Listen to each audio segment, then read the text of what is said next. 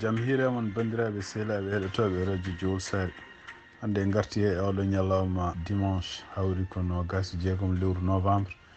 hitaande ujunnaji ɗiɗi e nogas tati habaruuji mon e ɗemngal Pulaar titruji men ɓurɗi mawnude ɗo habaruuji ko toon to Washington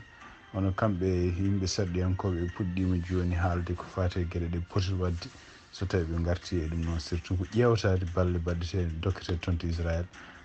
ha hannde toon to États-Unis ene wayno pellodiral waɗi toon to Vermont sukaɓe tato étudiant palestine pellama pellodiral gongal kadi waɗi toon to Canada e ɗum noon kadi ne waɗi yimɓe mi tatomaɓe hen habaruji men international ɓe guidoɗen ko toon to Gaza ene wayno kadi ko kanko président Joe Biden o arino kadi o hoccite teloye haali hen hono goto e yimɓe woppaɓe toon hannde oɗo ñalawma dimanche ene waɗi hen américain debbo biyeteɗo Abigail e ɗum noon kadi ƴeewno holko haali hen ko jiida e ɗum ma en dutto toon to kadi to Gaza walla to Palestine ƴeewen kadi hol gostodiral bangal toon hakkude kamɓe Israël naaɓe holno Palestine naaɓe ɓe goppi e kadi hol kamɓe Hamas kadi hol Israël naaɓe ɓe goppi ɗum noon ko sibabude nanodiral gongal hakkude maɓɓe kamɓe Israël e Hamas pour ko fati périlaji deƴƴuɗe balɗe nayyi e kadi e tungnaji ɗum noon kadi ma en ƴeew kadi hono parlement israélien ko haalata ko fati hon ɓeydude ɗeɗo balɗe kadi beele ko mbiyata cessez-le-feu continue hannde toon habaruji men international ma naw en toon to Mali won neɗɗo goto kadi nangganoɗo ma won hitande joni kadi ko dahanoɗo kadi ko almanajo chrétien ene wayno o paam hannde e ma habaruji men ma naw en toon to Nouakchott toon to assemblée nationale ene wayno ko lurodiral waɗi toon hakkude kamɓe député ji lundu e député ji laamu surtout yenna haaltude ko fati yimɓe waranoɓe ñande nogas jeetati lewru novembre ha hannde toon to Mauritanie ma en ƴeew kadi ruttade kadi ko fati député ji won député ji kadi puɗɗima rokkude e kaalisaji ko fati e yimɓe ganduɗa orphelin ji walla yimɓe ɓe ganduɗa worɓe men koko mbara tan ujunnaji ɗiɗi e ujunere temedde jeenayyi capanɗe jeenayyi toon to Sénégal ma en dutto toon kadi ƴeewen kadi hono kanko Macky Sall nomination mo rokka ɗum noon taw ko président mo France rokkunomo ko fati ardade organisation biyeteɗo piiwuji nayyi ko ɗum woni ko ɓuuri mawnude titre uji meɗen oɗo journal mani gara desuji muɗum joni so tawi Allah jaaɓi siftini ɗon tan hannde ko ñalawma dimanche hawri ko nogas jeegom lewru novembre hitande ujunnaji ɗiɗi e nogas tati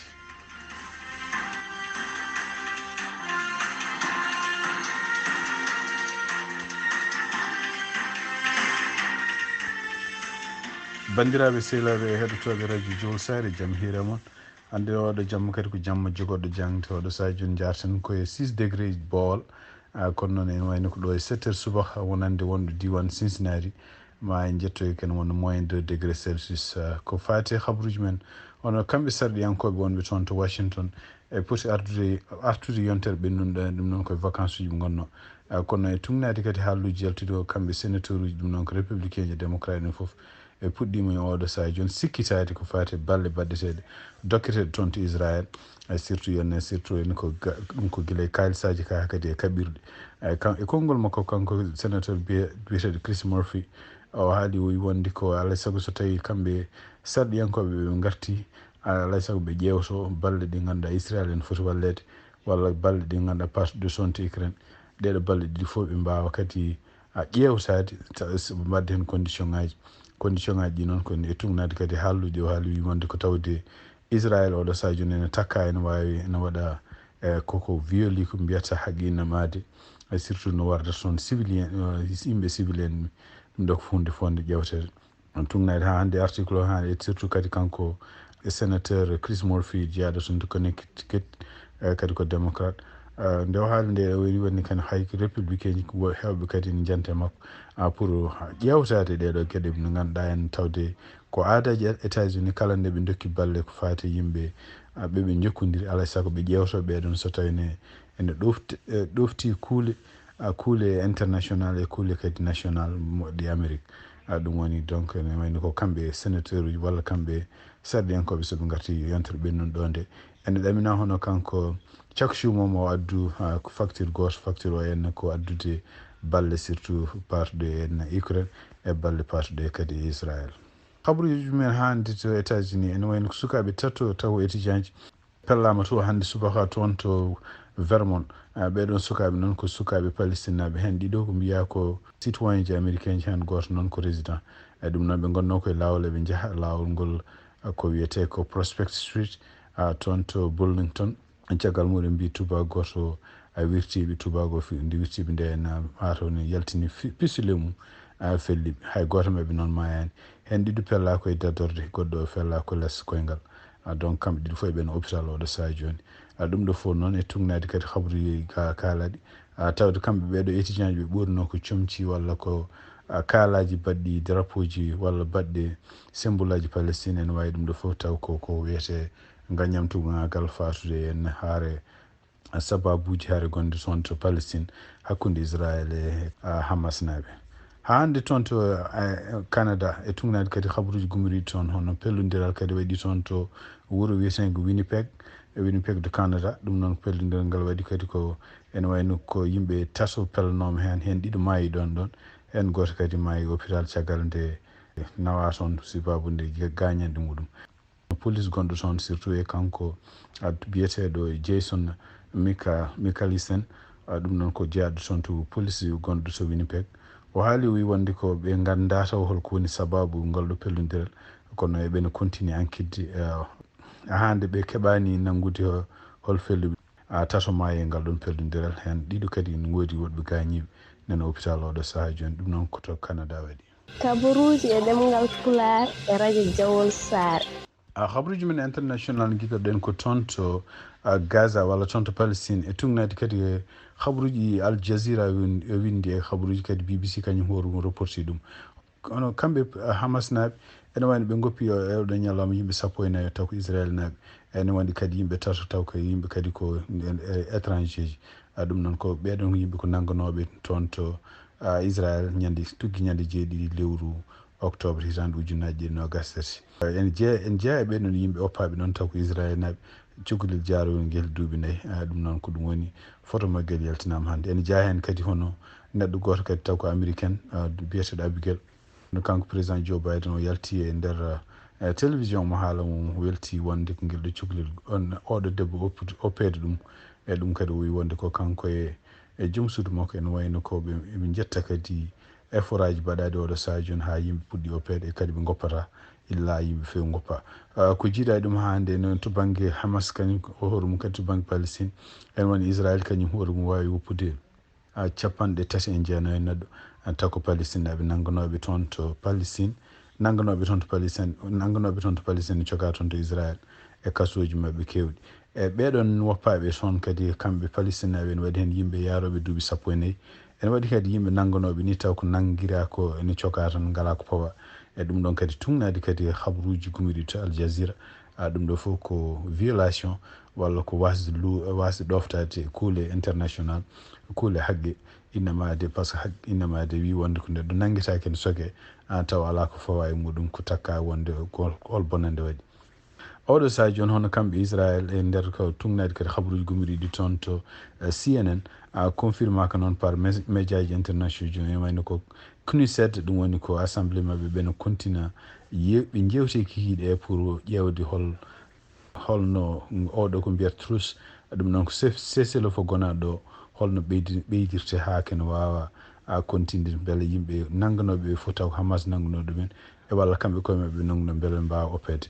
siftinde on tan ko janggo oɗo cessez-le-feu gasata ko balɗe 4 ɓe kawruno e ndeɗon balɗe 4 hono kamɓe yimɓe Israel ɓe mbi wonde ko so tawi condition ngaji muɗum wawa continue tan haysindo eɓe ɓeyde cessez-le-feu ko yataw Hamas ene respecte ñande fof au moins ene yaltina kene wona yimɓe 10 yimɓe 10 oppa ɗum pour ko yimɓe nangganoɓe toon taw ko kamɓe nanggano ɗumen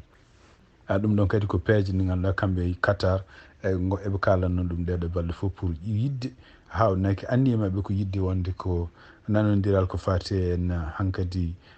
lelnude pirlaji ɗi en continue beele kadi jaam ne wawa continde haalede toon surtout kamɓe Hamas ɓe mbawa haldude ene yimɓe Israel naɓe ko fati e holno jaam dañirte toon to Palestine tugnade kadi e gueɗe goɗɗe ɓe kaali mbi ko wawi wawde wonde tan ko état ji ɗiɗi taw kamɓe Palestinaɓe fof ɓe kawri hol état goto moɓe mbaɗata ɗon gardiɓe siftinde on tan ko e Palestine kamɓe wonɓe toon ɓe ene wayno koɓe fecciɓe wonɓe Gaza ɓe ko yimɓe ɓe ganduɗa heftuno ton hemno ton en woteji ko kamɓe wiyeteɓe Hamas kono noon to banggue West Bank fof koye Palestine ene wawi no laami toon ko autorité Palestine mo kam ganduɗa Mahmoud Abbas ardi donc ene wayno communauté international et surtout kadi kamɓe Qatar tawde ko kamɓe goni oɗo saha joni e peeje baɗɗe seeɗa fof beele kawrital waɗa toon jiiɗi ko wonde ko palestinaɓe nandira d' abord hol état soɗo leydi mumen hol kadi mo ganduɗa moɓe gonɗinta pawni wawa kadi wawde haaldede ko wayni jaam eyyi ɗum ɗon noon ko ɗum woni ko haalte oɗo saha joni siftinde ɗon tan ko Hamas kañum hoore jaɓani reconnaisse Israël no foti wodde toon to Palestine eyyi kono e wayno ko autorité Palestine kañumen koye minen kalda Israël e kadi ne jogui nanodiral ko fate jaam hakkude mumen hande habaruji men international toon to Mauritanie e tugnadi habaruji gummiri toon taw ko Sénat Lyon hono kanko député biyeteɗo Ibrahima Mouhtar Sarr ɗum noon ko ñalawma hanki o arini toon to assemblée nationale mabɓe e nder o ƴefti konngol kadi o rappi o siftini yimɓeɓe ñalawmaji musɗi bannoɗi ɗum noon koye hitande ujunere temedde jeenayyi e capanɗe jeenayyi taw koye ko mbiyata nogas jeetati novembre hawruno ɗum noon e nder konngol ngol haala o wi ko ñande hen no yimɓe nogas jeetato taw ko soldateɓe taw ko ɓaleɓe ene wayno ƴeftanoma cuuɓa mbaɗa kañumen foof mbaɗa yarga ɗum noon ko e nder ɗum noon wonno koye laamu kanko gonnoɗo président Mouawiya Ould Sidi Ahmed Taya e nder no haali discours makko nde noon ene wayno kanko hoore makko o ñaaguima yimɓe yo ngumo juulanoɓe walla duwanoɓe ɗon tugnade noon habaruji gummiɗo toon yimɓe fof gummima ene duwo walla ene ñaago ene mbaɗa duwaw pour wonande mayɓe ɓeɗo kono ene wayno ko député ji jeeyaɗe majorité noon ko yimɓe jeeyaɓe laamu parti laamu kañumen calli ummade ɗum noon addi ko wiyete lurdiral manggal surtout yenno kadi yimɓe wonɓe médias sociaux ji ene wayno mbaɗi hen commentaire uji no fewi surtout yenno tawde Mauritanie ko leydi juɗɗo no wirani wiyede yimɓe gummo duwano mayɓe ɗum noon so yimɓe woɗɓe calima ɗum noon ko hunde nde ganduɗa henna ko lundide e ko fate ne sifa leydi Mauritanie ko wawi wonde fof ene wayno ko ɗum ɗo henne ko waɗi ko ñande hanki nogas e joyyi lewru novembre toon to assemblée nationale mo Mauritanie kanko député Ibrahima Sarr noon ko kanko umminno kaɗon haala ene wayno ko yimɓe jeeyaɓe lunde ɓe fof ha yimɓe kadi woɗɓe kadi yimɓe jeeyaɓe e parti ji lunde ɗi fof ene wayno jaaɓi ummade pour wadde duwa wonande kamɓe ma waranoɓe ñande nogas e jeetati lewru novembre hitande ujunere e temedde jeenayyi capanɗe jeenayyi ko wawi wonde fof ene wayno kadi ɗum ɗo kadi ko siftinde tan hono 28 novembre indépendance Mauritanie tugnade kadi ko haala toon e nder Sénégal yon oɗo ñalawma ko ñalawma kutornoɗo ñande hen e oɗo ñalawma hitande ujunere e temedde jeenayyi e capanɗe jeenayyi pour wadde ɓeɗo yimɓe nogas jeenayyi wadde ɗum sacrifié pour wonde fedde oɗo ñalawma ko ɗum waɗi donc oɗo ñalawma so ari won fewtoɓe ne gooya won fewtoɓe kadi ne belti ɗum noon ko fawade tan e communauté ji Mauritanie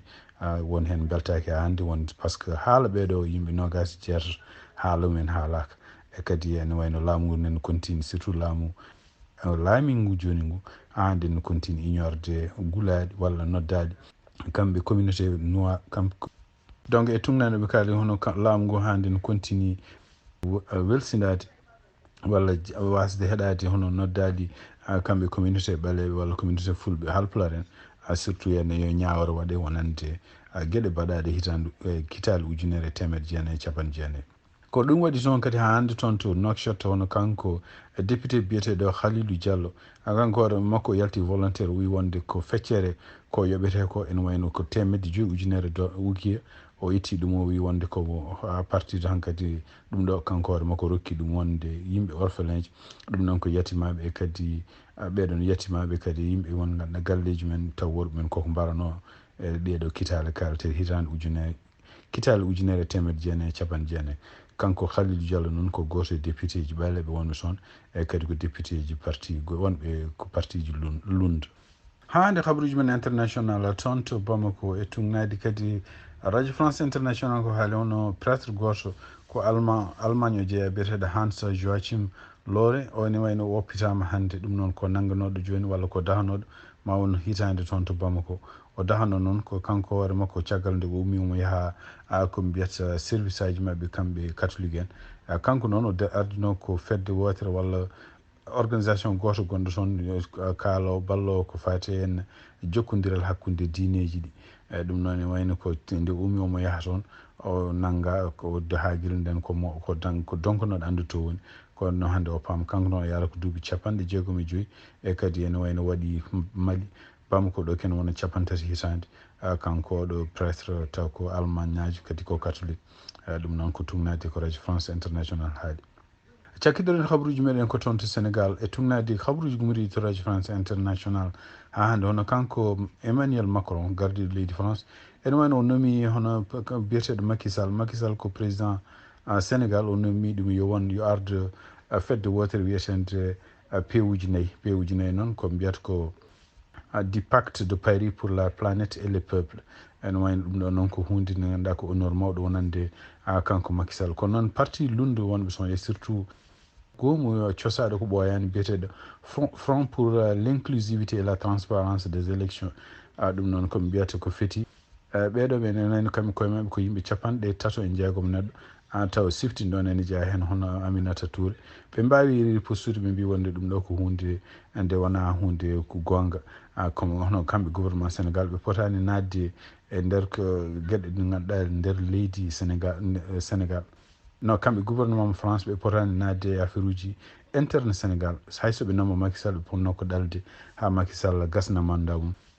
nde ɓe mbawa nomde ɗum ɗum wayno ko ɗumen noɓe mbiri ni ɗum ɗo joni ko wawde yidde fuɗɗade yettude Macky Sall e taw kadi kañum hoore mum gasnani mandat mum donc ene wayno ko ɓuuri raɓɓide tan kamɓe opposition ene wayno ɓe beltaki ɗum ɗon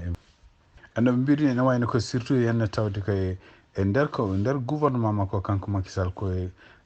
makko yiya wonde gouvernement ne salo rokkude parrainage hono yiɗɓe wonde candidat ji ɗum noon mi kala Ousmane Sonko ɗum noon donc ala foof won